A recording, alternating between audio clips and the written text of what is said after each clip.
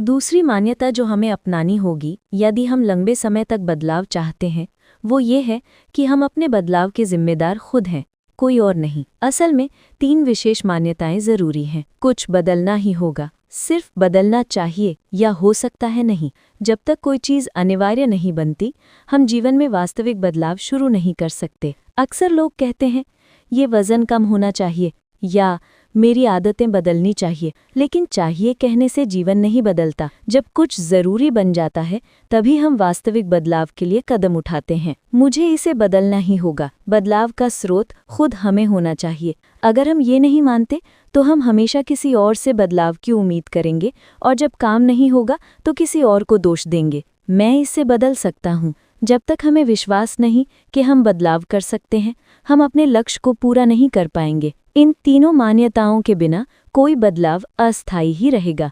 ध्यान रहे, अच्छा कोच, विशेषज्ञ, थेरेपिस्ट या काउंसलर मदद कर सकता है, लेकिन अंततः बदलाव का स्रोत हम खुद हैं। एक दिन जब मैंने एक व्यक्ति को देखा जो फिर से धूम्रपान करने लगा था तो मैंने अपने आप से सवाल पूछे कि वास्तविक बदलाव कैसे होता है।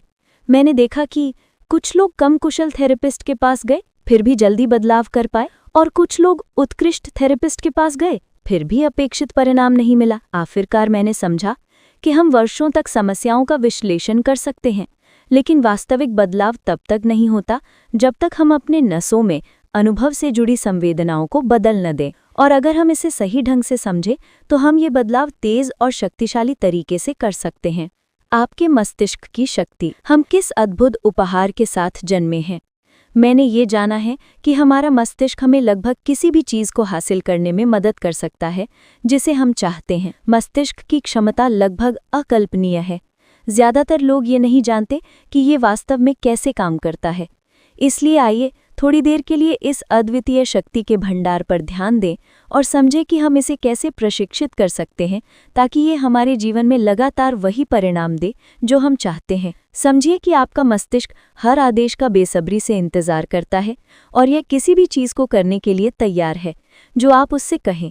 इसे बस थोड़ी ईंधन की ज़रूरत है, आपके रक्त में ऑक्सीजन और थोड़ा ग्लूकोज। इसके जटिलता और शक्ति की तुलना में मस्तिष्क हमारे सबसे आधुनिक कंप्यूटर टेक्नोलॉजी को भी मात देता है। ये प्रति सेकंड 30 बिलियन बिट्स तक की जानकारी प्रोसेस कर सकता है और इसमें लगभग 6000 मील की तारों और केबलिंग के बराबर नेटवर्क है। सामान्यतः हमारे तंत्रिका तंत्र में लगभग 28 बिलियन न्यूरॉन्स यानी तंत्रिकाएं होती हैं जो संकेतों को भेजने का काम करती हैं। अगर न्यूरॉन्स नहीं होते तो हमारा तंत्रिका तंत्र हमारी इंद्रियों से मिलने वाली जानकारी को समझ नहीं पाता, इसे मस्तिष्क तक नहीं पहुंचाता और मस्तिष्क के आदेशों को कार्यान्वित नहीं करता। प्रत्येक न्यूरॉन एक छोटा आत्मनिर्भर कंप्यूटर है जो लगभग 1 मिलियन बिट्स की जानकारी प्रोसेस कर सकता है। ये न्यूरॉन स्वतंत्र रूप से कार्य करते हैं, लेकिन साथ ही वे 1 लाख मील लंबी अद्भुत तंत्रिका फाइबर नेटवर्क के माध्यम से एक दूसरे से संवाद भी करते हैं।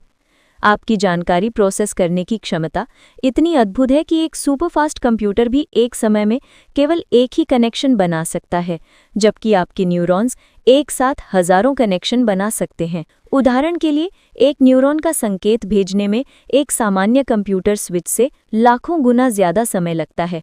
फिर भी आपका मस्तिष्क किसी परिचित चेहरे को 1 सेकंड से भी कम समय में पहचान सकता है। ये इसलिए संभव होता है क्योंकि आपके मस्तिष्क के अरबों न्यूरॉन्स एक ही समय पर समस्या पर हमला कर सकते हैं, जबकि कंप्यूटर को चरण दर चरण काम करना पड़ता है। तो फिर हम लगातार खुश क्यों नहीं रह पाते? हम सिगरेट पीने, शराब पीने, ज़्यादा खाने या आलस्य जैसी आदतें क्यों नहीं बदल पाते? हम तुरंत डिप्रेशन से बाहर क्यों नहीं आ सकते और हर दिन खुश क्यों नहीं रह सकते? हम कर सकते हैं। हमारे पास पृथ्वी का सबसे अद्भुत कंप्यूटर है, हमारा मस्तिष्क। लेकिन दुर्भाग्य से हमें इसके इस्तेमाल का कोई मालिकाना मैनुअल नहीं मिला। ज़्यादातर लोग ये नहीं जानते कि उनका मस्तिष्क वास्तव में कैसे काम करता है। इसलिए हम सोच समझकर बदलाव लाने की कोशिश करते हैं, जबकि हमारे व्यवहार की जड़ें हमारे तंत्रिका तंत्र में होती हैं, यानी न्यूरल कनेक्शन, या जिसे मैं न्यूरो एसोसिएशन कहता हूँ। न्यूरोसाइंस, स्थायी बदलाव का रास्ता। मानव मस्तिष्क को समझने में अब हमारे पास बड़ी प्रगति है, क्योंकि न्यूरोबायोलॉजी और कंप्यूटर साइंस का संगम हुआ है। इस मिलन से न्यूरोसाइंस का क्षेत्र विकसित हुआ। न्यूरोसाइंटिस्ट ये अध्ययन करते हैं कि न्यूरो एसोसिएशन कैसे बनते हैं। उन्होंने पाया कि न्यूरॉन्स लगातार इलेक्ट्रोकेमिकल संदेश भेजते रहते हैं, बिल्कुल एक व्यस्त सड़क पर ट्रैफिक की तरह। हर विचार या याद अपने रास्ते पर चलता है, जबकि बिलियन अन्य संदेश अलग अलग दिशाओं में यात्रा कर रहे होते हैं। ये जटिल व्यवस्था हमें यादों में मानसिक कूद लगाने की क्षमता देती है, जैसे बारिश के बाद एक हरियाली की खुशबू से लेकर अपने पसंदीदा म्यूजिकल की धुन, प्रियजन के साथ बिताई शाम की योजनाओं या नवजात शिशु की अंगूठी की बनावट तक। हमारी नसें हर बार उस कारण की खोज करती हैं जो हमें दर्द या खुशी देती हैं और इसे हमारे मस्तिष्क में रिकॉर्ड कर देती हैं ताकि भविष्य में हम बेहतर निर्णय ले सकें। उदाहरण के लिए, अगर आपके मस्तिष्क में न्यूरो एसोसिएशन नहीं होगी जो आपको याद दिलाए कि खुली आग में हाथ डालना आपको जला सकता है, तो आप बार बार ये गलती कर सकते हैं। इसलिए न्यूरो एसोसिएशन हमारे मस्तिष्क को संकेत देते हैं जिससे हम सुरक्षित रूप से जीवन में आगे बढ़ सकें।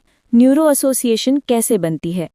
जब हम कुछ पहली बार करते हैं, हम एक फिजिकल कनेक्शन बनाते हैं, एक पतली न्यूरल स्ट्रैंड जो हमें भविष्य में वही संवेदना या व्यवहार फिर से महसूस करने देती है। हर बार जब हम इसे दोहराते हैं, ये कनेक्शन मजबूत होता जाता है। जितनी बार दोहराव होगा, उतनी स्ट्रैंड जुड़ती हैं। पर्याप्त दोहराव और भावनात्मक गहराई से ये स्ट्रैंड इतनी मजबूत हो जाती हैं कि ये एक सुपर हाईवे बन जाता है जो हमें स्वचालित और कंसिस्टेंट व्यवहार की ओर ले जाता है।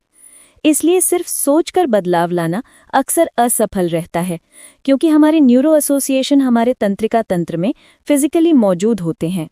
यदि हम किसी व्यवहार या भावना को लंबे समय तक नहीं दोहराते, तो न्यूरल कनेक्शन कमजोर हो जाता है और उस नकारात्मक पैटर्न का अंत हो जाता है। यही कारण है कि यदि आप अपने जुनून या शक्ति का उपयोग नहीं करते, तो ये घटने लगता है। निष्कर्ष: न्यूरो एसोसिएशन कंडीशनिंग आपको ऐसे 6 चरण देती है जो आपके व्यवहार को बदलने और आपको सशक्त बनाने के लिए डिज़ाइन किए गए हैं। लेकिन पहले हमें ये समझना होगा कि मस्तिष्क न्यूरो एसोसिएशन कैसे बनाता है। आपका मस्तिष्क किसी अद्वितीय चीज़ की तलाश करता है। ये देखता है कि क्या ये कुछ एक साथ हो रहा है, लॉ ऑफ रीसेंसी। ये देखता है कि क्या ये कंटिन्यूअसली हो रहा है। ध्यान रहे कि यह प्रक्रिया कभी-कभी गलत कारणों से लिंक बना देती है, जिसे मैं फॉल्स न्यूरो एसोसिएशन कहता हूँ। यही कारण है कि हमें अपने मस्तिष्क के कनेक्शनों को समझना और पहचानना जरूरी है, ताकि हम अपनी जिंदगी में सीमित करने वाले पैटर्न को तोड़ सकें। स्वयं को नुकसान पहुंचाने का एक स्रोत और भी ज्यादा चालाक तरीका है मिश्रित न्यूरो एसोसिएशन। ये वो क्लासिक वजह है जिससे हम खुद को रोकते हैं। अगर कभी आपने देखा कि आप किसी काम को शुरू करते हैं और फिर उसे ही नष्ट कर देते हैं, तो अक्सर इसका कारण यही होता है। शायद आपका बिजनेस कभी अच्छा चलता है और कभी गिरता है, कभी फले फूले और कभी डूब नजर आए। इसका कारण क्या है? यह है एक ही स्थिति से दर्द और खुशी दोनों जोड़ लेना। उदाहरण के लिए पैसा। हमारी संस्कृति में लोगों के धन के प्रति बहुत मिश्रित भाव है। कोई शक नहीं कि लोग पैसा चाहते हैं। वे सोचते हैं कि पैसा उन्हें ज्यादा स्वतंत्रता देगा, सुरक्षा देगा, दूसरों की मदद करने का मौका देगा, यात्रा करने, सीखने और अपनी दुनिया में बदलाव लाने का मौका देगा। लेकिन साथ ही ज्यादातर लोग कभी एक सीमा से ऊपर कमाई नहीं कर पाते, क्योंकि अंदर ही अंदर भी अधिक पैसा होने को कई नकारात्मक चीजों से जोड़ते हैं, जैसे लालच, लोगों का जजमेंट, तनाव, नैतिकता का अभाव या आध्यात्मिकता की कमी। मेरे फाइनेंशियल डेस्टिनी सेमिनार में मैं लोगों से सबसे पहले ये करने को कहता हूँ। सकारात्मक एसोसिएशंस लिखो जो उन्हें पैसे से जोड़ते हैं। नकारात्मक एसोसिएशंस भी लिखो। सकारात्मक में लोग लिखते हैं स्वतंत्रता, आराम, खुशी, सुरक्षा, यात्रा, अवसर, दूसरों की मदद करना, फर्क डालना। नकारात्मक में, जो अक्सर ज्यादा होते हैं, लोग लिखते हैं पति पत्नी से झगड़ा, तनाव, अपराध बोध, नींद ना आना, मेहनत, लालच, सतहीपन, दूसरों का जजमेंट, टैक्स। क्या आपने ध्यान दिया कि नकारात्मक एसोसिएशंस की तीव्रता ज्यादा है? यही तय करता है कि उनका जीवन किस तरह प्रभावित होता है। जब आप किसी काम को करने का निर्णय लेते हैं, अगर आपका दिमाग साफ साफ नहीं समझ पा रहा कि क्या दर्द देगा और क्या खुशी, तो दिमाग ओवरलोड हो जाता है और भ्रमित हो जाता है। परिणाम स्वरूप आप गति खो देते हैं और निर्णायक कदम नहीं उठा पाते जो आपको वो हासिल करने में मदद कर सकते हैं जो आप चाहते हैं। जब आप अपने दिमाग को मिश्रित संदेश देते हैं, तो आपको मिश्रित परिणाम मिलेंगे। सोचिए कि आपका दिमाग निर्णय लेते समय एक तराजू की तरह है। अगर मैं ये करूं तो क्या दर्द होगा या खुशी? याद रहे कि सिर्फ कारणों की संख्या नहीं, बल्कि उनकी तीव्रता मायने रखती है। हो सकता है कि आपके पास पैसे के लिए ज़्यादा सुखद एसोसिएशंस हो, लेकिन अगर सिर्फ एक नकारात्मक एसोसिएशन बहुत तीव्र है, तो यह आपकी सफलता को खत्म कर सकता है। अब सोचिए, जब आप ये महसूस करते हैं कि जो भी करेंगे दर्द होगा। इसे मैं कहती हूँ दर्द दर्द बाधा। अक्सर जब ऐसा होता है हम स्थिर हो जाते हैं, हमें नहीं पता क्या करना है। आमतौर पर हम सबसे कम दर्द वाला विकल्प चुनते हैं। कुछ लोग इसे पूरी तरह अपने ऊपर हावी होने देते हैं और सीखी हुई असहायता महसूस करते हैं। एनएसी के 6 चरण इस कमज़ोर करने वाले पैटर्न को तोड़ने में मदद करते हैं। ये आपको केवल इच्छा करने या अस्थायी रूप से रोकने के बजाय असल में अपने दिमाग और व्यवहार को नया रास्ता देने में मदद करेंगे। अगर आप अपने न्यूरो सिस्टम में ये नहीं बदलते कि किस चीज़ से दर्द और खुशी जुड़ी है, तो कोई बदलाव स्थायी नहीं होगा। अब जो आप 6 चरण पढ़ेंगे और समझेंगे, मैं आपको चुनौती देता हूं कि अभी किसी एक चीज़ को बदलने का निर्णय लें। कदम उठाएं और हर चरण का पालन करें, ताकि आप केवल पढ़ने तक ही सीमित ना रहें, बल्कि असली बदलाव भी पैदा करें। चलो शुरू करते हैं। न्यूरो एसोसिएशन कंडीशनिंग (एनएसी) का विज्ञान। किसी भी आदत की शुरुआत एक अदृश्य धागे जैसी होती है, लेकिन जब हम उस आदत को दोहराते हैं, वो धागा मजबूत होता जाता है और आखिरकार इतना मोटा रस्सा बन जाता है कि हमें मजबूती से बांध लेता है, हमारी सोच और हमारे कामों को। Orison sweat modern. अब जरा सोचिए, अगर हमें अपना बर्ताव बदलना है, तो असली तरीका क्या है? वो ये कि हमें अपनी पुरानी आदतों से तुरंत और असहनीय दर्द जोड़ना होगा और नई आदत से तुरंत और अद्भुत सुख जोड़ना होगा। असल में हमारी जिंदगी के अनुभव ही हमें सिखाते हैं कि कैसे दर्द से बच के सुख की तरफ जाना है। जब हम बोरियत, गुस्सा, निराशा या दबाव महसूस करते हैं, तो हर कोई अपनी स्ट्रैटेजी बनाता है। कोई शॉपिंग करता है, कोई जंक फूड खाता है, कोई शराब पीता है, कोई ड्रग्स लेता है, कोई गुस्से में बच्चों पर चिल्ला देता है। चाहे हमें होश हो या ना हो, हमें ये पता होता है कि ये रास्ता हमें थोड़ी देर के लिए ही सही, पर दर्द से बाहर निकालकर सुख की तरफ ले जाएगा। लेकिन अगर हमें ये पैटर्न बदलना है, तो हमें 6 आसान स्टेप्स से गुजरना होगा। ये स्टेप्स हमें सिखाएंगे कि कैसे बिना किसी गलत मोड़ के सीधे दर्द से सुख की तरफ जाना है। NAC master step 1। स्पष्ट करो कि तुम वास्तव में क्या चाहते हो और क्या चीज़ तुम्हें अभी उसे पाने से रोक रही है। अक्सर लोग मुझसे मिलने आते थे और जब मैं पूछता था कि आप क्या चाहते हो, तो वो 20 मिनट तक ये बताते रहते थे कि वे क्या नहीं चाहते। लेकिन याद रखो, जिंदगी में हमें वही मिलता है जिस पर हम ध्यान लगाते हैं। अगर हम लगातार उसी पर ध्यान देंगे जो हम नहीं चाहते, तो वही और बढ़ेगा। तो पहला कदम है ये तय करना कि तुम सच में क्या चाहते हो, और जितना स्पष्ट और डिटेल में बताओगे, उतनी ज़्यादा ताकत मिलेगी उसे पाने की। साथ ही ये समझना भी ज़रूरी है कि क्या चीज़ हमें रोक रही है। अक्सर वजह यही होती है कि हम बदलाव करने में ज़्यादा दर्द महसूस करते हैं बनिस्बत वहीं रुके रहने के। कभी हमारा विश्वास होता है कि अगर मैं बदलूंगा तो मुझे दर्द होगा, या फिर हमें डर होता है कि पता नहीं बदलाव के बाद क्या होगा। NAC master step 2। लेवरेज बनाओ। बदलाव ना करने से ज़बरदस्त दर्द जोड़ो और बदलाव करने से ज़बरदस्त सुख जोड़ो। ज़्यादातर लोग जानते हैं कि उन्हें बदलना चाहिए, पर बदल नहीं पाते। समस्या काबिलियत की नहीं होती, बल्कि मोटिवेशन की होती है। सोचो, अगर कोई तुम्हारे सिर पर बंदूक रखकर बोले कि अभी डिप्रेशन छोड़ो और तुरंत खुश हो जाओ, तो तुम किसी भी तरह अपने मूड को पलट दोगे।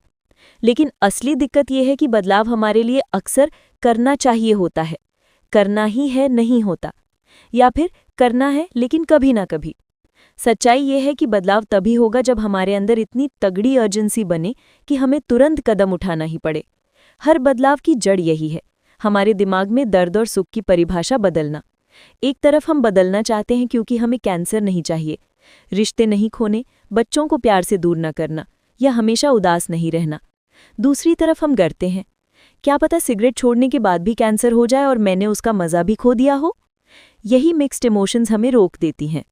लेकिन जब दर्द की सीमा पार हो जाती है, जब लगता है कि बस अब और नहीं सह सकता, तब इंसान बदलता है। जैसे किसी रिश्ते में रहते रहते जब दर्द सहने लायक न रहा तो छोड़ दिया, या शरीर की हालत देखकर एक दिन तय किया कि अब वज़न घटाना ही है। NAC master step 3। Limiting pattern को तोड़ना। Interrupt the limiting pattern. देखो, हमारी हर फीलिंग, हर इमोशन किसी पैटर्न की वजह से बार बार आती है। मतलब क्या? जब हम बार बार वही सोचते हैं, वही इमेजेस देखते हैं, वही सवाल खुद से पूछते हैं, तो हमारे अंदर एक फिक्स पैटर्न बन जाता है। लेकिन दिक्कत यह है कि लोग नया रिजल्ट चाहते हैं पर पुराने पैटर्न्स में ही फंसे रहते हैं। जैसे किसी ने कहा है, पागलपन की परिभाषा है बार बार वही काम करना और अलग नतीजे की उम्मीद करना। अब ये मत समझना कि तुम्हारे अंदर कोई गड़बड़ी है, तुम्हें ठीक करने की ज़रूरत नहीं है। तुम्हारे पास पहले से ही वो सारे रिसोर्सेज हैं जिनसे तुम कोई भी बदलाव ला सकते हो।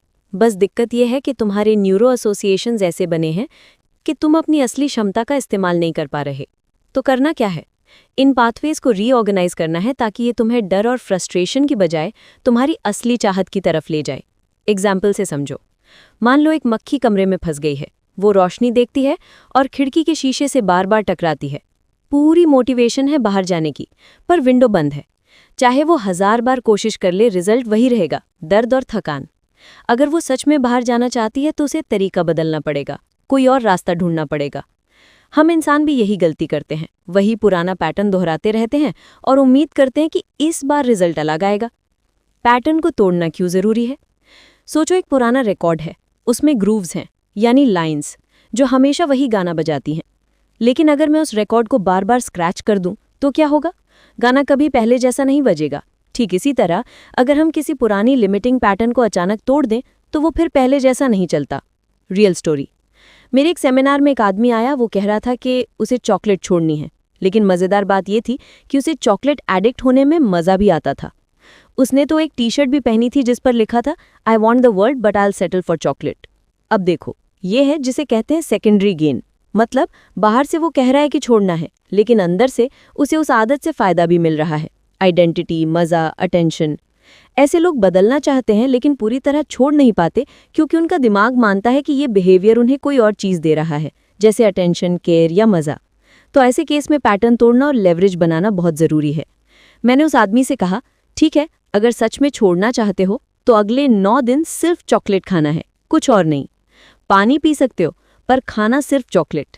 शुरुआत में वो हंस रहा था, लेकिन जैसे जैसे लोग उसे हर तरह की चॉकलेट देने लगे, उसका मज़ा गायब होने लगा। पहले दिन गला सूख गया, दूसरे दिन चिड़चिड़ा हो गया और तीसरे दिन हालत खराब।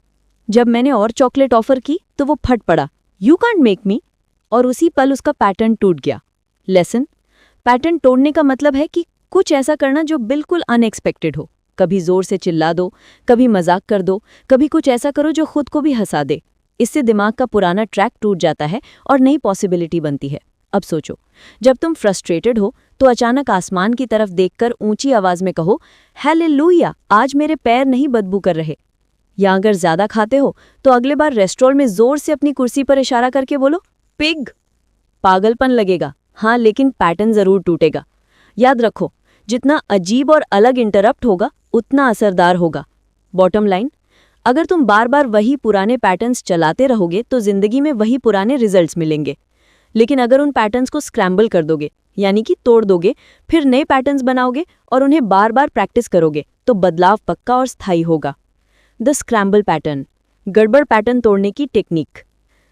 अब आपके पास इतना नियंत्रण है कि आप अपनी कमज़ोर करने वाली भावनाओं को हिला डुलाकर गड़बड़ करके ख़त्म कर सकते हैं ताकि वो दोबारा उभर कर ना आए। इसको पढ़ने के बाद ये स्टेप्स अपनाइए। स्टेप 1, उस स्थिति को अपने दिमाग में लाओ जो आपको बहुत परेशान कर रही थी। उसे ऐसे देखो जैसे कोई मूवी चल रही हो। महसूस मत करो, बस एक बार ध्यान से देखो कि क्या क्या हुआ था। स्टेप 2, अब उसी अनुभव को कार्टून में बदल दो। कुर्सी पर सीधा बैठो, चेहरे पर बड़ी सी मजाकिया मुस्कान रखो, गहरी सांस लो और फिर उस मूवी को उल्टा चला दो, बहुत तेजी से। अगर किसी ने कुछ बोला था तो सोचो कि वो अपनी बात वापस निगल रहा है। पहले मूवी को उल्टा तेजी से चलाओ, फिर और भी तेजी से चलाते हुए आगे बढ़ाओ। अब तस्वीरों के रंग बदल दो, सबके चेहरे इंद्रधनुष जैसे बना दो। अगर कोई खास व्यक्ति तुम्हें परेशान करता है तो उसके कान मिक्की माउस जैसे बड़े कर दो और उसकी नाक पिनोकियो जैसी लंबी कर दो। इसे कम से कम दर्जन बार करो, आगे पीछे, दाएं बाएं, उल्टा सीधा और मज़ेदार ढंग से। अपने दिमाग में बैकग्राउंड में कोई फनी म्यूजिक बजाओ, चाहे आपकी पसंद का गाना या कार्टून जैसा म्यूजिक।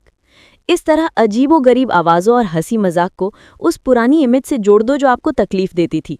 ये आपकी फीलिंग्स को बदल देगा। राज क्या है? जितनी तेज़ी से आप ये इमेज प्ले करते हो और जितना मजाक और एग्जैजरेशन डालते हो, उतना असर ज़्यादा होता है। स्टेप 3, अब दोबारा उस स्थिति को सोचो जो आपको परेशान करती थी और महसूस करो कि अब कैसा लग रहा है। अगर आपने ये सही से किया है तो आप देखोगे कि नकारात्मक भावना वापस लाना मुश्किल या नामुमकिन हो जाएगा। ये ट्रिक उन चीज़ों पर भी काम करती है जो सालों से आपको परेशान कर रही थी। क्योंकि हमारा दिमाग जिन इमेजेस और साउंड्स पर फोकस करता है वही हमारी भावनाएं बनती हैं। अगर हम इमेज और साउंड बदल दें तो हमारी फीलिंग्स अपने आप बदल जाती हैं। बार बार प्रैक्टिस करने से पुराना पैटर्न टूट जाता है। NAC स्टेप 4, एक नया और सशक्त विकल्प बनाओ। अब सबसे अहम स्टेप है पुराने पैटर्न की जगह नया पैटर्न डालना। ज्यादातर लोग इसलिए असफल होते हैं क्योंकि वो पुरानी आदत छोड़ देते हैं लेकिन उसकी जगह नई आदत नहीं डालते, और दिमाग हमेशा वही करता है जो उसे दर्द से दूर और सुख की तरफ ले जाए। अगर आपने स्मोकिंग छोड़ी है तो आपको नए तरीके ढूंढने होंगे जिससे आप वही सुकून या मज़ा पा सको, लेकिन बिना नुकसान के। अगर चिंता आदत है तो उसे बदलो एक्शन लेने में। अगर डिप्रेशन है तो उसे बदलो दूसरों की मदद करने में। अगर आपको पता नहीं है कि नया विकल्प कैसे लाना है तो उन लोगों को देखो जिन्होंने अपनी जिंदगी बदल दी। उन्होंने भी पुराने पैटर्न को छोड़कर नया पैटर्न अपनाया। एक असली उदाहरण, फ्रैन टाकेंटन नाम के मेरे दोस्त की आदत थी तंबाकू चबाना। 20 साल से ज्यादा उसने ये किया। वो कहता था कि ये उसका सबसे अच्छा दोस्त है। अकेला महसूस हो तो तंबाकू उसका साथी बन जाता था। लेकिन एक दिन उसे समझ आया कि ये उसकी पर्सनैलिटी और वैल्यूज़ के खिलाफ है। उसने तंबाकू को कैंसर की इमेज से जोड़ना शुरू कर दिया और धीरे धीरे उसे नफरत होने लगी। फिर उसने तंबाकू की जगह बिजनेस और रिलेशनशिप से असली खुशी पाना शुरू किया, और यही कारण है कि वो बदल पाया। पुराना पैटर्न सिर्फ तोड़ना काफ़ी नहीं है, नया पॉजिटिव और सशक्त विकल्प डालना ज़रूरी है, वरना दिमाग फिर से पुरानी आदतों की तरफ लौट जाएगा। NAC मास्टर स्टेप 5, नया पैटर्न इतना दोहराओ कि वो आपकी आदत बन जाए। देखो, कोई भी बदलाव तभी टिकता है जब उसे बार बार दोहराया जाए। इसे कहते हैं कंडीशनिंग, यानी दिमाग में नया रास्ता बनाना। जैसे सड़क पर लोग चलते चलते पगडंडी बना देते हैं, वैसे ही जब आप किसी नई आदत को बार बार दोहराते हो तो आपके दिमाग में भी उसका रास्ता बन जाता है। मान लो आपने किसी बुरी आदत का नया पॉजिटिव विकल्प खोज लिया। अब आपको बार बार उस नए विकल्प को सोचकर और महसूस करके प्रैक्टिस करनी है, इतनी बार कि दिमाग मान ले कि यही असली रास्ता है। अगर ऐसा नहीं किया तो आप फिर से पुराने पैटर्न पर लौट जाओगे। अगर आप पूरे जोश और भावना के साथ नए पैटर्न को बार बार दोहराओगे तो दिमाग में छोटा सा रास्ता बनते बनते हाईवे बन जाएगा और वो नई आदत आपके व्यवहार का हिस्सा बन जाएगी। याद रखो, दिमाग असली और कल्पना में ज्यादा फर्क नहीं करता। जो आप गहराई से सोचते और महसूस करते हो, दिमाग उसे असली मान लेता है। उदाहरण से समझो, बास्केटबॉल के खिलाड़ी लैरी बर्ड का किस्सा मशहूर है। एक विज्ञापन में उसे शॉट मिस करना था, लेकिन उसने 9 बार लगातार बॉल डाल दी। क्यों? क्योंकि उसने सालों तक अपने दिमाग और शरीर को इस तरह कंडीशन किया कि जैसे ही बॉल हाथ में आए वो अपने आप बास्केट में चली जाए। इसका मतलब साफ है, कोई भी व्यवहार हम अपने अंदर डाल सकते हैं, बस रेपिटेशन और इमोशन चाहिए। खुद को इनाम देना जरूरी है। नई आदत बनाते समय आपको खुद को रिवॉर्ड देना होगा। जैसे आपने जंक फूड की प्लेट को आधा छोड़ दिया, तुरंत खुद को शाबाशी दो। एक दिन स्मोकिंग नहीं की, खुद को छोटा इनाम दो। अगर किसी ने पूछा कैसे हो और आपने चिंता जताने के बजाय हंसकर कहा ग्रेट, तो इसे भी सेलिब्रेट करो। मतलब लंबे समय तक इंतजार मत करो, छोटे छोटे माइलस्टोन सेट करो और हर स्टेप पर खुद को पुरस्कृत करो। इससे आपका दिमाग सीखेगा कि बदलाव इक्वल टू मज़ा। पॉजिटिव रीइंफोर्समेंट की ताकत। हम सब इंसान हो या जानवर, हमारा व्यवहार रीइंफोर्समेंट से बदलता है। अगर किसी व्यवहार के बाद मज़ा मिलता है, हम उसे दोहराते हैं। अगर दर्द मिलता है, हम उससे बचते हैं। समस्या ये है कि अक्सर लोग गलत तरीके से रीइंफोर्स करते हैं। जैसे मान लो आप चाहते हो कि आपका पार्टनर आपको ज़्यादा कॉल करे, पर जब वो कॉल करता है तो आप कहते हो, अरे अब याद आई फ़ोन करने की, मैं ही क्यों हमेशा कॉल करूं।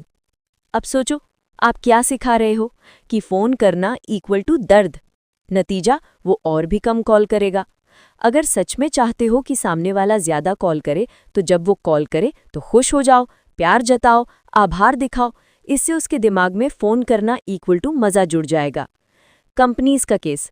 ज़्यादातर कंपनियां अपने कर्मचारियों को डर से यानी नेगेटिव रीइंफोर्समेंट से मोटिवेट करती हैं। ये थोड़े समय तक तो काम करता है, लेकिन लंबे समय में लोग बगावत कर देते हैं। दूसरा तरीका है पैसे का लालच। ये भी अच्छा है, लेकिन इसकी भी लिमिट है। सबसे पावरफुल तरीका है लोगों की पर्सनल ग्रोथ और डेवलपमेंट। जब इंसान खुद को बेहतर महसूस करता है तो वो खुद ही अपना बेस्ट देने लगता है। नया पैटर्न तब तक रिपीट करो जब तक वो ऑटोमेटिक ना बन जाए। छोटे छोटे जीत को तुरंत सेलिब्रेट करो। हमेशा पॉजिटिव रीइंफोर्समेंट का इस्तेमाल करो। याद रखो, बदलाव टिकाऊ तभी होगा जब आपका दिमाग सीखेगा कि बदलाव इक्वल टू खुशी। अपना रिवॉर्ड शेड्यूल करो ताकि बदलाव लंबे समय तक टिके। जब भी आप कोई नया व्यवहार यानी हैबिट या नया इमोशनल पैटर्न बनाना शुरू करते हैं तो ज़रूरी है कि आप खुद को या किसी और को उसका इनाम दें, यानी रीइंफोर्समेंट दें। शुरुआत में जब भी आप वो नया काम करें, जैसे खाने की प्लेट में बचा हुआ खाना छोड़ देना, तो तुरंत खुद को शाबाशी दें या छोटा सा रिवॉर्ड दें। लेकिन अगर हर बार ऐसा करेंगे तो धीरे धीरे वो रिवॉर्ड नॉर्मल लगने लगेगा और असर खो देगा। सरप्राइज का जादू। सोचिए, मैं एयरपोर्ट पर हर बार एक भिखारी को पैसे देता था। शुरू में वो बहुत खुश होता था, लेकिन एक दिन मेरे पास पैसे नहीं थे। मैंने सिर्फ मुस्कुराकर हेलो कहा तो वो नाराज हो गया। क्यों? क्योंकि जो चीज़ कभी सरप्राइज और खुशी देती थी, अब वो उसकी एक्सपेक्टेशन बन गई थी। यही कारण है कि लंबे समय तक आदत बनाए रखने के लिए हमें वेरिएबल शेड्यूल ऑफ रिवॉर्ड अपनाना चाहिए, यानी हर बार नहीं, कभी कभी अनिश्चित समय पर रिवॉर्ड देना चाहिए। डॉल्फिन ट्रेनिंग का सबक। डॉल्फिन ट्रेनर शुरुआत में हर जंप पर मछली देते हैं। धीरे धीरे वो सिर्फ ऊंची जंप पर मछली देते हैं, और फिर कभी पहली जंप पर मछली, कभी 5वीं जंप पर, कभी दूसरी जंप पर। मतलब डॉल्फिन को पता नहीं होता कि रिवॉर्ड कब मिलेगा।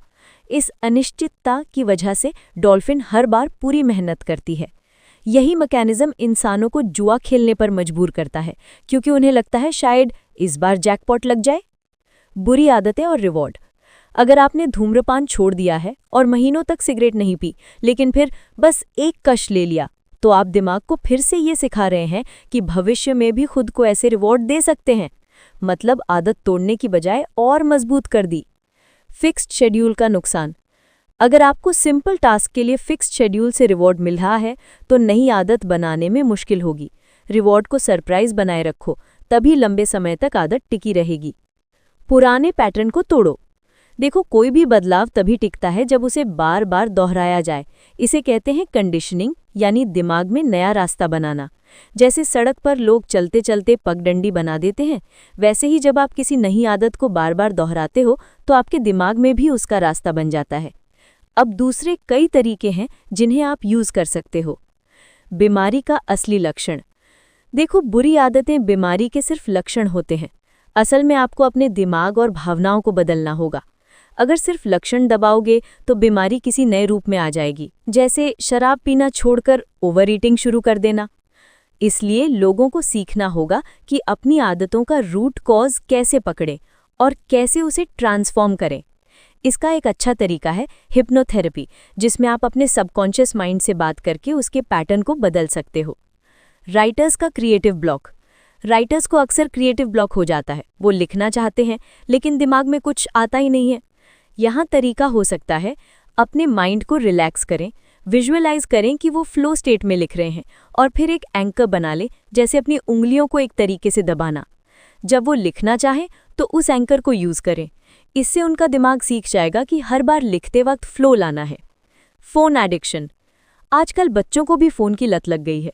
पेरेंट्स चाहें तो अपने बच्चों को प्रोत्साहित कर सकते हैं कि वो बाहर खेलें और फ़ोन को कम यूज़ करें। उन्हें ये भी समझा सकते हैं कि फ़ोन सिर्फ काम के लिए यूज़ करें, मनोरंजन के लिए नहीं। इसका अच्छा तरीका है कि हम फ़ोन पर नोटिफिकेशंस को ऑफ कर दें, ताकि बार बार फ़ोन देखने की ज़रूरत ना पड़े। नया पैटर्न डालो। पुराने पैटर्न को तोड़ना काफ़ी नहीं है, बल्कि उसकी जगह एक नया पॉजिटिव हैबिट डालना बहुत ज़रूरी है। उदाहरण के लिए, एक साइंटिस्ट है जिसे अक्सर नेगेटिव थॉट्स आती थीं, तो उसने जब भी नेगेटिव थॉट आई तो तुरंत जोर से हंसना और डांस करना शुरू कर दिया। इससे उसकी नेगेटिविटी गायब होने लगी। और फिर उसने सोचा कि उसकी जान कैसे नेगेटिव थॉट्स बचा सकती हैं, तो उसने याद किया कि एक बार गलत सोचने के कारण वो एक एक्सप्लोजन से बच गया। अब उसने अपने दिमाग को ये पर्पस दे दिया कि नेगेटिव थॉट्स सेफ्टी के लिए भी काम आ सकती हैं। नया पैटर्न जितना जल्दी और जोश से डालोगे, उतना जल्दी बदलाव आएगा। अगर डॉल्फिन को हर बार 10वीं जंप पर ही मछली मिले तो वो पहले 9 जंप पर आलस दिखाएगी। इंसानों में भी यही होता है। जैसे लोग तनख्वाह यानी पेचेक हर महीने पाते हैं, वो सिर्फ इतना ही काम करते हैं जितना ज़रूरी है। लेकिन जब अचानक बोनस, प्रमोशन या अप्रत्याशित सराहना मिलती है तो लोग ज्यादा मेहनत करने लगते हैं। जैकपॉट का कमाल। कभी कभी बहुत बड़ा रिवॉर्ड देने से इंसान या जानवर दोनों में नई ऊर्जा आ जाती है। डॉल्फिन को अगर एक दिन 3-4 मछलियां दे दी जाएं तो वो और मेहनत करती है। इंसानों के लिए भी यही सच है। अगर कंपनी उम्मीद से बड़ा बोनस देती है तो लोग 2 गुना काम करते हैं। तुरंत रिवॉर्ड जरूरी है। जैसे ही आप पुरानी आदत तोड़ते हैं और नई आदत अपनाते हैं, उसी पल खुद को रिवॉर्ड दीजिए, जैसे हंसना, गाना सुनना या खुद को शाबाशी देना। बार बार ऐसा करने से आपका दिमाग नई आदत को मजबूत कर लेगा। NAC मास्टर स्टेप 6, टेस्ट करो। आपने जो नया पैटर्न बनाया है उसे परखो। मान लीजिए पहले आपको तनाव में सिगरेट पीने की आदत थी। अब खुद को तनाव की स्थिति में कल्पना करो और देखो कि क्या आप नई आदत यानी जैसे पढ़ना या दौड़ना अपनाते हैं। अगर हाँ, तो समझ लो कि नई आदत पक्की हो रही है। वास्तव में जो चाहते हो उसे कैसे पाओ? हर वो भावना शुद्ध है जो तुम्हें समेटे और ऊपर उठाए। वो भावना अशुद्ध है जो तुम्हारे अस्तित्व के सिर्फ एक हिस्से को पकड़कर बाकी को बिगाड़ दे। रेनर मारिया रिल्के। एल्विस प्रेस्ली की कहानी। एल्विस प्रेस्ली के बारे में सुना है ना? हार्ट ब्रेक होटल वाले सुपरस्टार। उसके पास सब कुछ था, नाम, शोहरत, पैसा, फैन, लेकिन उसके सोने का तरीका आपको हैरान कर देगा। रात को शो खत्म होते ही वो अपने असिस्टेंट से कहता, give me my first attack, मतलब पहला डोज दो। उसका असिस्टेंट एक लिफाफा खोलता और उसमें होती थी ढेर सारी दवाइयाँ, बार्बिचरेट्स, क्वेल्यूड्स, वेलियम और साथ ही डेमरॉल के 3 इंजेक्शन। ड्रग्स लेने के बाद एल्विस खाता था 3 बर्गर और 6-7 बनाना स्प्लिट्स। कई बार उसके गले में खाना फंस जाता और असिस्टेंट्स को उसे बचाना पड़ता। फिर 4 घंटे सोकर उठता, इतना कमजोर कि बाथरूम तक ले जाना पड़ता। फिर दूसरी डोज।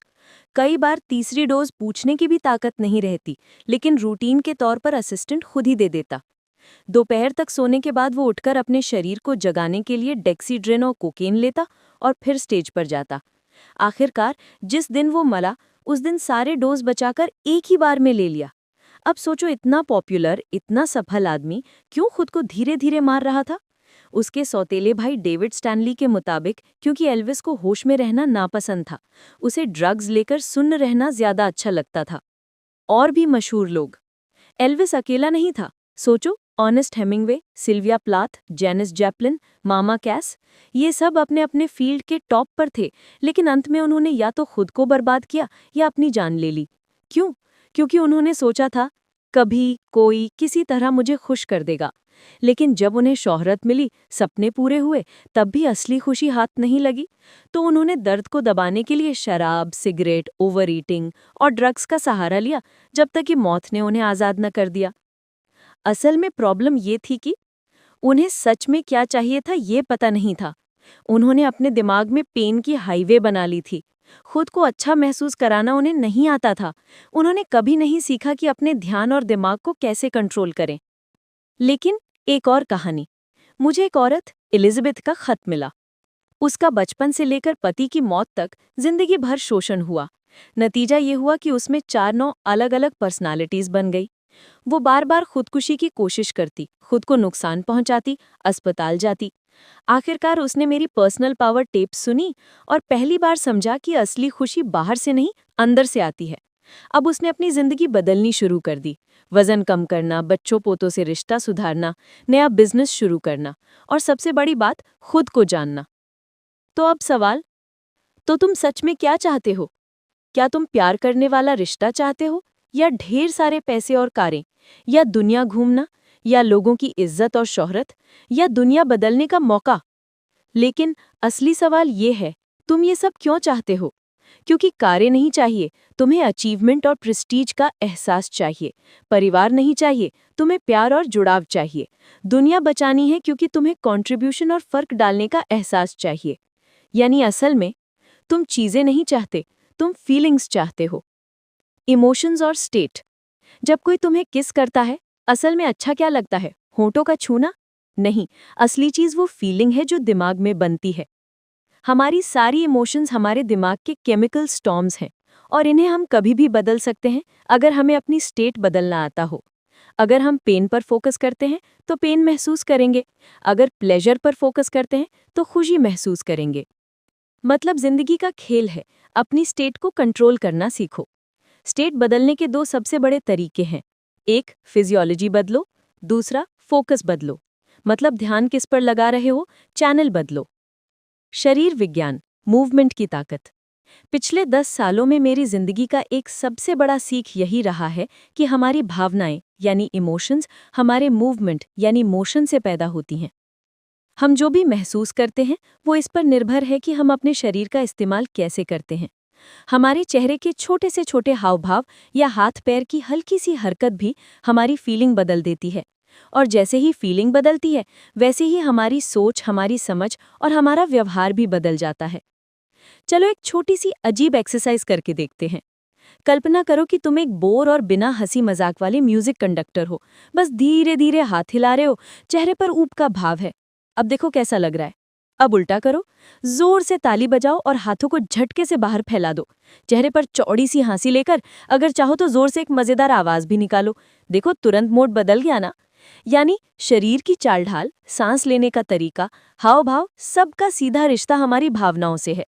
अगर कोई डिप्रेशन में है तो उसका झुका हुआ शरीर, नीचे झुकी आंखें और धीमी चाल साफ दिखेगी। लेकिन अगर वही इंसान शरीर की पोजीशन बदल ले, सीना चौड़ा करे, मुस्कुराए, तो उसकी फीलिंग भी बदल जाएगी। मगर दिक्कत यह है कि ज्यादातर लोग हर दिन वही आदतन पैटर्न दोहराते हैं। वही चेहरे की मांसपेशियां, वही बॉडी लैंग्वेज, और नतीजा वही गिनती की कुछ ही भावनाएं। मैं अपने वर्कशॉप्स में लोगों से पूछता हूँ कि हफ्ते में वो कौन कौन सी इमोशन सबसे ज्यादा महसूस करते हैं, और ज्यादातर जवाब यही होते हैं: टेंशन, गुस्सा, चिड़चिड़ापन, अकेलापन, बोरियत, दुख और थोड़ा बहुत खुशी। मतलब पूरे हफ्ते में मुश्किल से 10-12 इमोशंस, जबकि इंसान हजारों तरह की भावनाएं अनुभव कर सकता है। तो क्यों न पूरे मेन्यू का मजा लिया जाए? क्यों न नई नई फीलिंग्स को अपनाया जाए? जोश, खेल, कृतज्ञता, जिज्ञासा, हंसी, नटखटपन, आत्मविश्वास, साहस और ढेर सारी और ये सब करने के लिए बस शरीर का इस्तेमाल बदलना है। अगर तुम बार बार झुके हुए कंधों के साथ थके हारे से चलते हो तो तुम वाकई थका हुआ महसूस करने लगोगे। लेकिन अगर तुम सीना चौड़ा करके मुस्कुरा कर चलो तो तुम्हारा मूड तुरंत बदल जाएगा। यहाँ तक कि सिर्फ 1 मिनट दिन में 5 बार शीशे के सामने चौड़ी मुस्कान देने से दिमाग में नई खुशी की आदत बन जाएगी। और अगर हंसी चाहिए तो कभी जॉगिंग की जगह स्किपिंग करो। मजेदार एक्सरसाइज है, शरीर पर ज्यादा बोझ नहीं पड़ता, चेहरा अपने आप हंसने लगता है और राह चलते लोग भी देखकर मुस्कुरा उठते हैं। लाफ्टर यानी हंसी अपने आप में दवा है, ये इम्यून सिस्टम तक को मजबूत करती है। तो क्यों ना किसी हंसमुख इंसान की नकल की जाए? उनकी तरह हंसो, उनकी तरह सांस लो, उनकी तरह आवाज निकालो। शुरू में अजीब लगेगा, मगर थोड़ी देर में दोनों हंसी से लोटपोट हो जाओगे और धीरे धीरे ये तुम्हारी नई आदत बन जाएगी। जैसा बर्ट्रेंड रसल ने कहा, हम बहुत ज्यादा जानते हैं लेकिन बहुत कम महसूस करते हैं, और असली जिंदगी तो महसूस करने में ही है। असल सफलता यही है, जब हालात ठीक ना हो तब भी खुद को अच्छा महसूस कराना सीखना। और इसका सबसे आसान तरीका है शरीर के जरिए अपनी स्थिति बदलना। मतलब अक्सर हमारे फोकस पर निर्भर करता है। सोचिए आपने किसी से बिजनेस मीटिंग रखी है और वो शख्स टाइम पर नहीं पहुंचा। अब आपका कैसा महसूस होगा, ये इस बात पर निर्भर करता है कि आप किस चीज़ पर ध्यान दे रहे हैं। क्या आप सोचते हैं कि वो आया ही नहीं क्योंकि उसे परवाह नहीं है, या फिर ये सोचते हैं कि शायद उसे बहुत दिक्कत हुई होगी पहुंचने में? आपका फोकस ही आपकी भावनाओं को तय करता है। अब मान लीजिए आप उससे नाराज हैं, लेकिन असली वजह ये थी कि वो आपके लिए एक अच्छे बिजनेस प्रपोजल पर कम दाम करवाने की कोशिश कर रहा था, इसलिए लेट हुआ। तब कैसा लगेगा? याद रखिए, हम जिस पर ध्यान देते हैं वही हमारी भावनाएं तय करता है। इसलिए तुरंत नतीजे पर मत पहुंचिए, बल्कि ध्यान चुनते वक्त समझदारी से काम लीजिए। फोकस ही तय करता है कि आपकी हकीकत आपको अच्छी लग रही है या बुरी, आप खुश हैं या उदास। रेसिंग कार का उदाहरण। मेरे लिए इसका सबसे अच्छा उदाहरण कार रेसिंग है। फॉर्मूला रेस कार चलाना कभी-कभी हेलीकॉप्टर उड़ाने से भी ज्यादा टफ लग सकता है। रेस कार चलाते समय आपका फोकस जरा भी भटकना नहीं चाहिए। आपका ध्यान सिर्फ अभी पर भी नहीं अटका होना चाहिए, ना ही बहुत अतीत में या बहुत भविष्य में जाना चाहिए। बल्कि आपको अभी के साथ साथ आने वाले पल के लिए भी तैयार रहना होता है। जब मैंने रेसिंग स्कूल ज्वाइन किया था, तब मुझे पहली बार ये सिखाया गया था कि हमेशा उस जगह पर फोकस करो जहां पहुंचना है, उस पर नहीं जिससे डर लग रहा है। अगर कार स्लिप हो रही है तो नेचुरली नज़र दीवार पर चली जाती है, लेकिन अगर आप वहीं देखते रहे तो कार भी वहीं जा टकराएगी। कार वहीं जाती है जहां आपकी नज़र जाती है। अगर आप डर को रोकें, भरोसा रखें और फोकस उस जगह पर करें जहां जाना है, तो आपका शरीर और आपकी गाड़ी भी उसी दिशा में चल पड़ेंगे। लोग अक्सर पूछते हैं, अगर फिर भी क्रैश हो जाए तो? जवाब है, सॉल्यूशन पर फोकस करने से आपके चांस बढ़ जाते हैं। अगर कार पहले ही दीवार की ओर तेज जा रही है, तो आखिरी सेकंड में डर पर ध्यान देने से तो वैसे भी कुछ नहीं होगा। मेरी सीख। जब इंस्ट्रक्टर ने मुझे ये समझाया तो मैंने सिर हिलाया, हाँ, ये तो मुझे पता है, मैं खुद ये चीज़ सिखाता हूँ। लेकिन पहली बार जब उन्होंने अचानक बटन दबाया और कार स्लिप हुई, तो मेरी नज़र सीधी दीवार पर चली गई। मैं डर से भर गया। तभी इंस्ट्रक्टर ने मेरा सिर ज़बरदस्ती घुमा दिया उस दिशा में जहाँ जाना था। जैसे ही मैंने उधर देखा, मेरे हाथ अपने आप उसी दिशा में मुड़ गए और आखिरी पल पर कार संभल गई। तब समझ आया, फोकस बदलते ही दिशा नहीं बदलती, थोड़ा समय लगता है। जिंदगी में भी ऐसा ही है, इसलिए जितनी जल्दी सही चीज पर फोकस करेंगे, उतनी जल्दी हालात बदलेंगे। शुरू में मुझे बार बार याद दिलाना पड़ा, लेकिन धीरे धीरे प्रैक्टिस से ये मेरी आदत बन गई। अब कार स्लिप होती है तो मेरा सिर अपने आप उस दिशा में जाता है जहां जाना है, और कार भी उसी तरफ मुड़ जाती है। क्या इससे हर बार सफलता की गारंटी मिलती है? नहीं। लेकिन क्या इससे चांस कई गुना बढ़ जाते हैं? बिल्कुल। जिंदगी में भी यही नियम है। यही जिंदगी पर भी लागू होता है। अगर आप दिमाग को कंट्रोल नहीं करते तो वो आपको उलझा देगा, लेकिन अगर आप उसे दिशा देते हैं तो वही आपका सबसे बड़ा दोस्त है। इसीलिए कहा गया है, मांगो तो मिलेगा, खोजोगे तो पाओगे, दस्तक दो तो दरवाजा खुला जाएगा। मैथ्यू 7:7। सबसे ताकतवर तरीका फोकस बदलने का है सवाल पूछना, क्योंकि आप दिमाग से जो भी पूछते हैं वो जवाब ढूंढता है। अगर आप पूछें, ये इंसान मेरा फायदा क्यों उठा रहा है, तो दिमाग उसी पर फोकस करेगा, चाहे सच हो या ना हो। लेकिन अगर पूछें, मैं इसे कैसे बदल सकता हूं, तो आपको एक ताकतवर जवाब मिलेगा। हमारी जिंदगी की दिशा बदलने की सबसे आसान और तेज चाबी है फोकस ने बो जैक्सन की जिंदगी बदली। अलाबामा का एक लड़का 7वीं क्लास में था। एक दिन स्कूल के गुंडे ने उसे मारा और वो बेहोश हो गया। होश आते ही उसने कसम खाई, बदला लेकर उस लड़के को मार डालेगा। घर जाकर बंदूक उठाई और निकल पड़ा। जब उसने गुंडे को निशाने पर लिया, तभी उसने खुद से सवाल पूछा, अगर मैंने गोली चला दी तो मेरे साथ क्या होगा? उसने तुरंत अपने दिमाग में जेल का सीन देखा, जहां उसे सारी रात दूसरों से खुद को बचाना पड़ता। उस दर्द का डर बदले की खुशी से ज्यादा बड़ा था। उसने बंदूक मोड़ी और पेड़ पर गोली चला दी। ये लड़का और कोई नहीं, बो जैक्सन था। अगर उस पल उसने फोकस नहीं बदला होता तो शायद वो आज दुनिया का मशहूर एथलीट नहीं बनता। फोकस सिर्फ किस पर है यही नहीं, कैसे है ये भी मायने रखता है। हम 5 इंद्रियों से दुनिया का अनुभव करते हैं, लेकिन हर किसी का एक फेवरेट तरीका होता है। कोई ज्यादा विजुअल होता है, कोई ऑडिटरी यानी आवाज से प्रभावित, और कोई फीलिंग से। यहाँ तक कि किसी याद या तस्वीर को बड़ा या छोटा करने से, चमकदार या फीका करने से, पास या दूर करने से भी हमारी फीलिंग बदल जाती है। इन्हें सब मोडालिटीज कहते हैं। ये ऐसे हैं जैसे सुपरमार्केट के बारकोड, छोटे दिखते हैं लेकिन मशीन पर स्कैन होते ही पूरा डेटा बदल देते हैं। अगर आप किसी प्रॉब्लम की इमेज को छोटा, धुंधला और दूर कर दें तो वो हल्की लगने लगेगी, और अगर किसी अच्छी याद को बड़ा, चमकदार और पास लाएं तो वो और ज्यादा मजेदार लगेगी। मतलब हमारे एहसास सिर्फ घटना पर नहीं, बल्कि हम उसे कैसे फोकस करते हैं इस पर भी निर्भर करते हैं। तो याद रखिए, फोकस बदलो, नजरिया बदल जाएगा। नजरिया बदलो, जिंदगी बदल जाएगी। अपना मूड बदलो और अपनी जिंदगी बदलो। अब आप अपने मूड या स्थिति को कई तरीकों से बदल सकते हैं, और ये सभी तरीके बहुत सरल हैं। आप अपनी शारीरिक स्थिति तुरंत बदल सकते हैं, बस अपनी सांस बदलकर।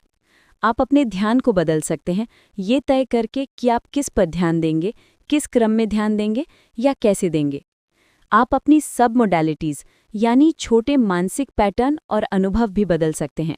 अगर आप लगातार सबसे खराब संभावित चीज़ों पर ध्यान दे रहे हैं, तो इसका बहाना नहीं है कि आप इसे जारी रखें।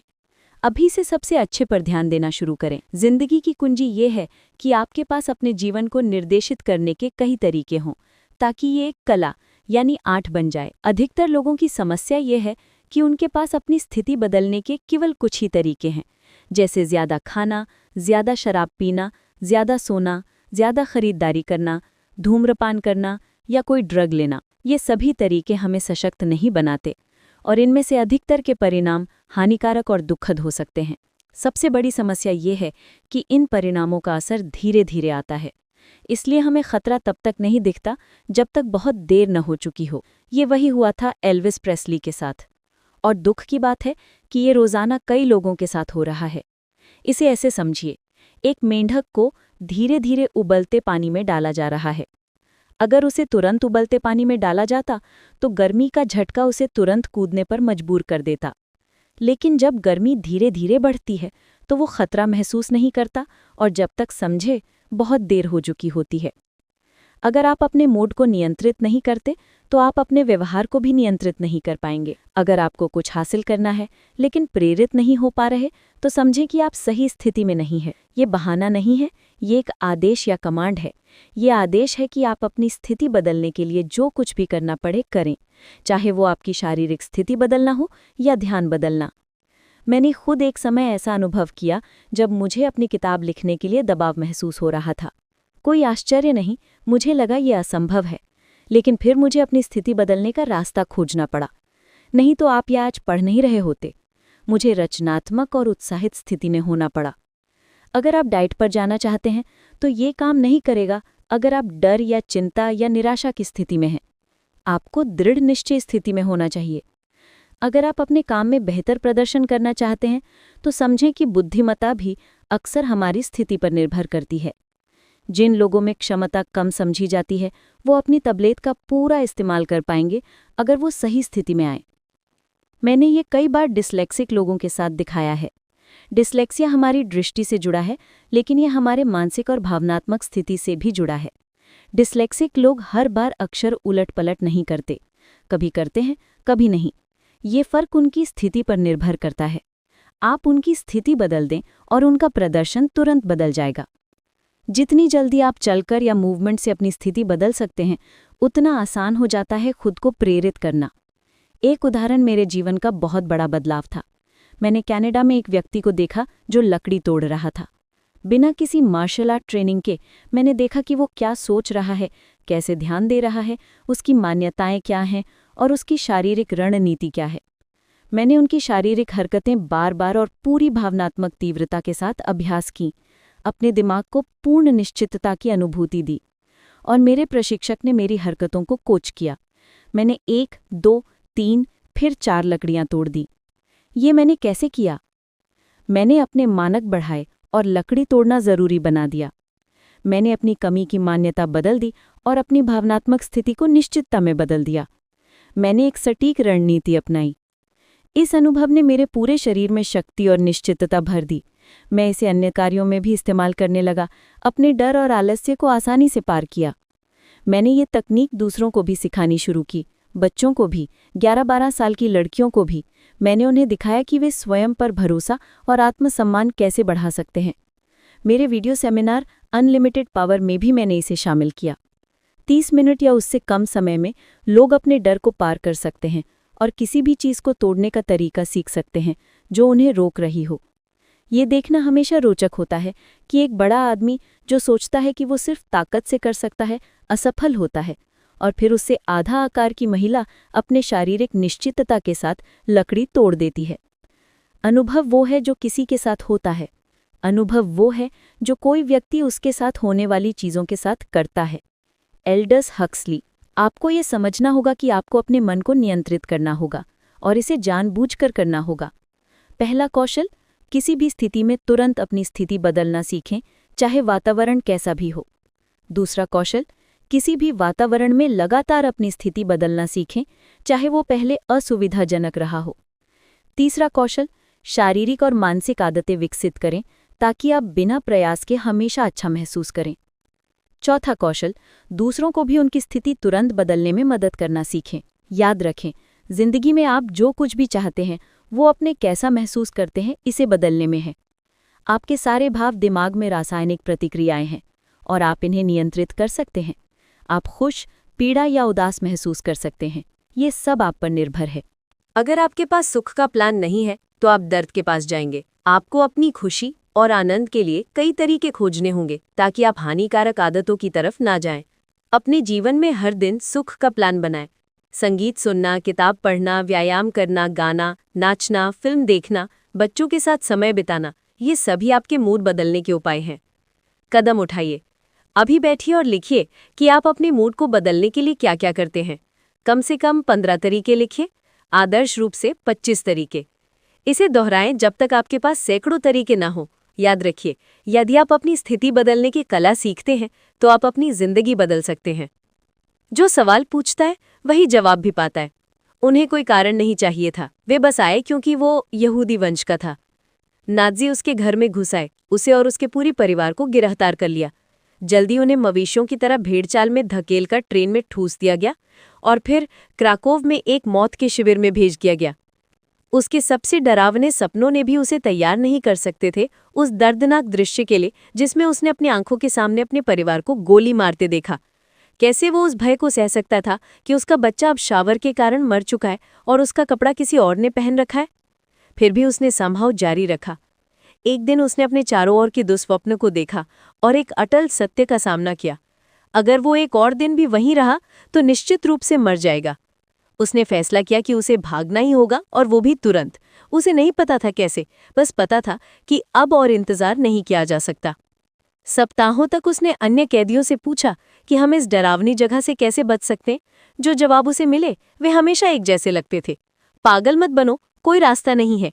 ऐसे सवाल पूछने से सिर्फ तुम्हारी आत्मा कष्ट में पड़ेगी। बस मेहनत करो और प्रार्थना करो कि तुम जीवित रहो। लेकिन वो इसे स्वीकार नहीं कर सकता था। वो इसे स्वीकार नहीं कर सकता था। उसने भागने के लिए खुद को पूरी तरह समर्पित कर दिया और बार बार पूछता रहा, मैं इसे कैसे कर सकता हूँ? कोई तरीका होना चाहिए। मैं यहाँ से स्वस्थ और जीवित कैसे बाहर निकल सकता हूँ? कहते हैं अगर आप पूछो तो आपको मिलेगा। और किसी कारण से उस दिन उसे उसका जवाब मिल गया। शायद उसकी तीव्रता थी या शायद उसकी निश्चितता थी कि अब समय आ गया है, या फिर ये सिर्फ एक ही जलते हुए सवाल पर ध्यान केंद्रित करने का असर था।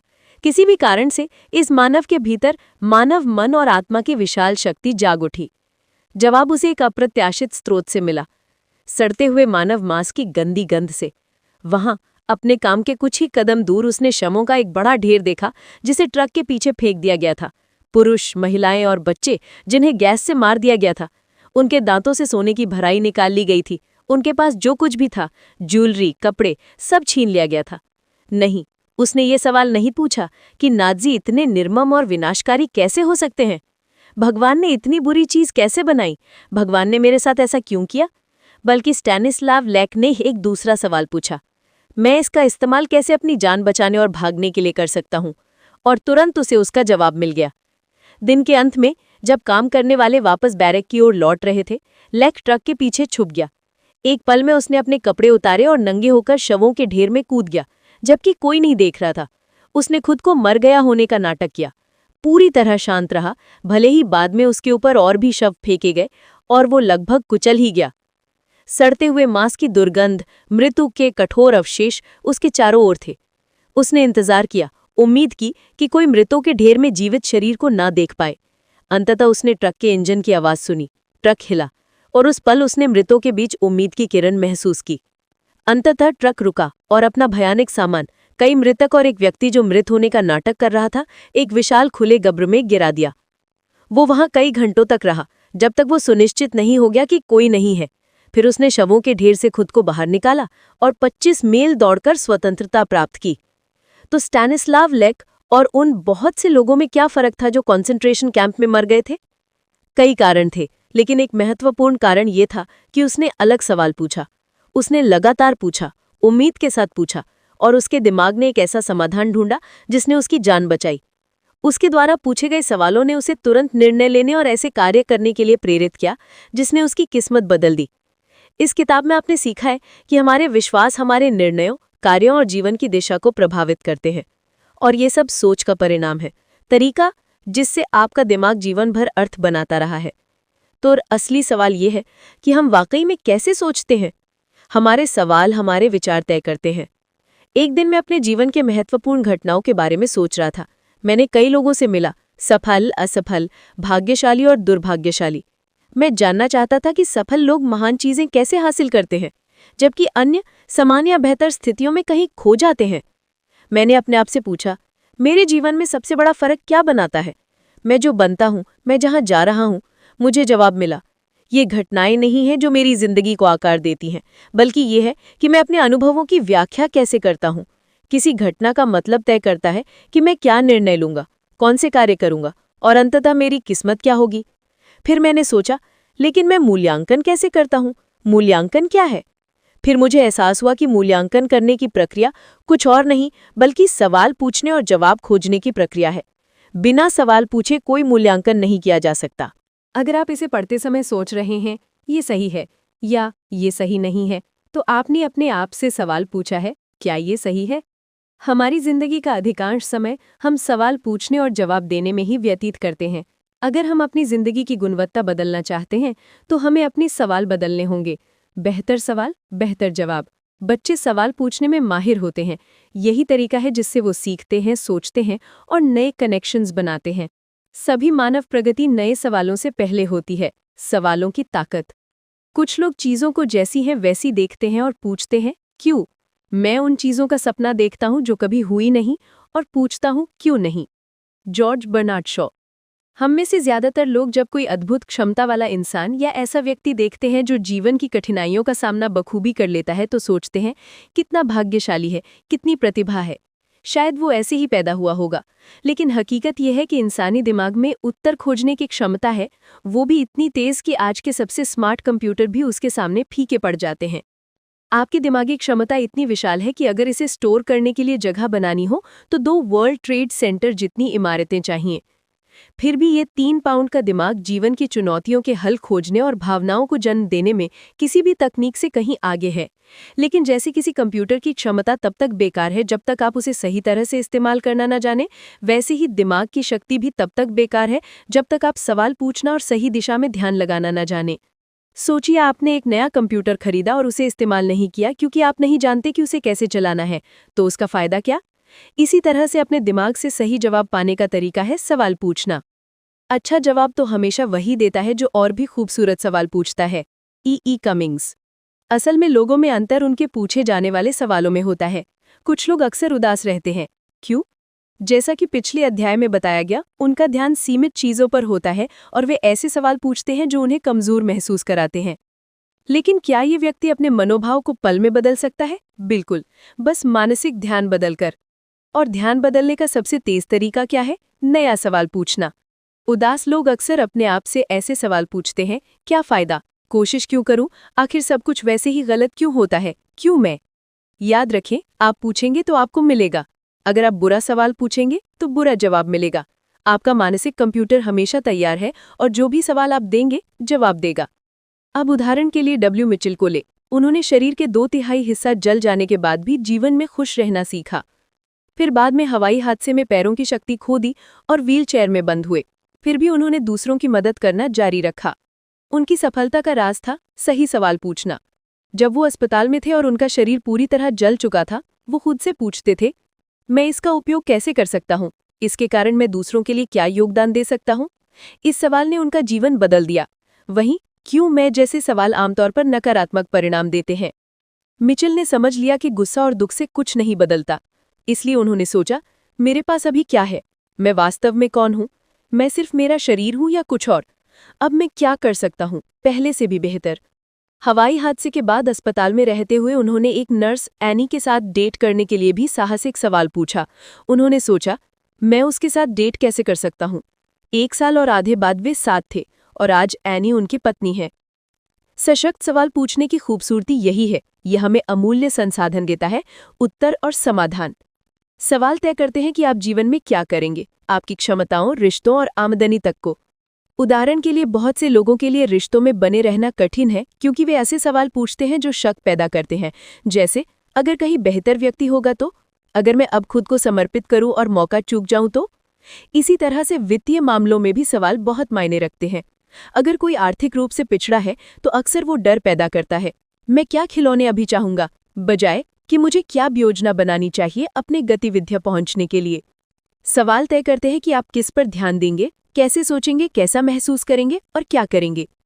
डोनाल्ड ट्रंप का उदाहरण ले। जब न्यूयॉर्क शहर दिवालिया होने के कगार पर था तो अधिकतर लोग सोच रहे थे, हम कैसे बचेंगे अगर शहर डूब गया। लेकिन ट्रंप ने पूछा, मैं डर के बावजूद कैसे अमीर बन सकता हूं। इसी सवाल ने उनके कई निर्णयों को दिशा दी और उन्हें आर्थिक सफलता दिलाई। सवालों की शक्ति सबसे महान दिमागों को महान बनाती है। आइंस्टाइन को ही लें, उन्होंने समय और स्थान के बारे में सोचते हुए ऐसे सवाल पूछे, क्या हो अगर जो चीजें एक साथ लगती हैं वास्तव में एक साथ नहीं है। इसी तरह से उन्होंने प्रकाश की गति और अन्य सवालों के उत्तर खोजकर रिलेटिविटी का सिद्धांत विकसित किया। महत्वपूर्ण ये है कि सवाल पूछना कभी बंद न करे। जिज्ञासा अपनी वजह से होती है। हर दिन इस रहस्य का थोड़ा सा भी ज्ञान प्राप्त करना काफी है। अपनी पवित्र जिज्ञासा कभी न खोएं। Albert Einstein. सवाल हमारी मानसिक शक्ति का जादू है। सही सवाल पूछने से हम अपनी इच्छाओं को सच कर सकती है। लेकिन फिर भी बहुत कम लोग खुश, स्वस्थ, धनी और बुद्धिमान क्यों हैं?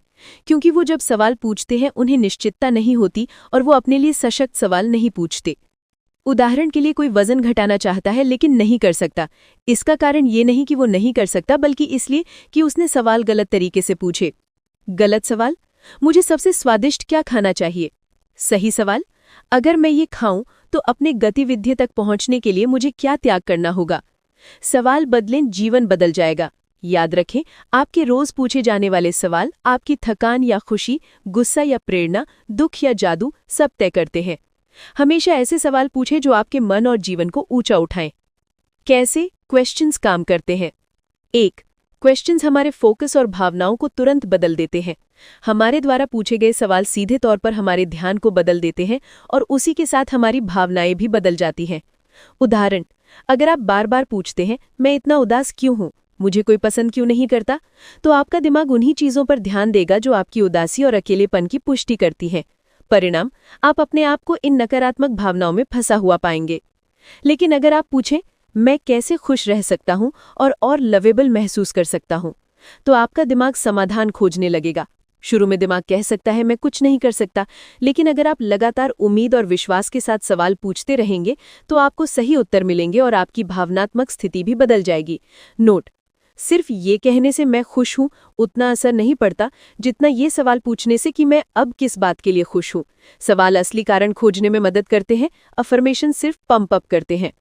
2. क्वेश्चंस क्या चीजें डिलीट कर देते हैं? हमारा दिमाग हर समय बहुत सारी चीजों को नजरअंदाज करता है क्योंकि हम सब कुछ एक साथ नहीं देख सकते। उदासी का कारण, आप सभी अच्छे कारणों को नजरअंदाज कर रहे हैं। खुशी का कारण, आप सभी बुरी चीजों को नजरअंदाज कर रहे हैं। सवाल पूछकर हम ये तय कर सकते हैं कि हम किस चीज पर ध्यान दें और क्या इग्नोर करें। उदाहरण, अगर कोई पूछे, तुम्हारी जिंदगी में क्या सच में खराब है, तो आप नकारात्मक चीजों पर फोकस करेंगे। अगर कोई पूछे, तुम्हारी जिंदगी में क्या शानदार है, तो आप तुरंत अच्छा महसूस करेंगे।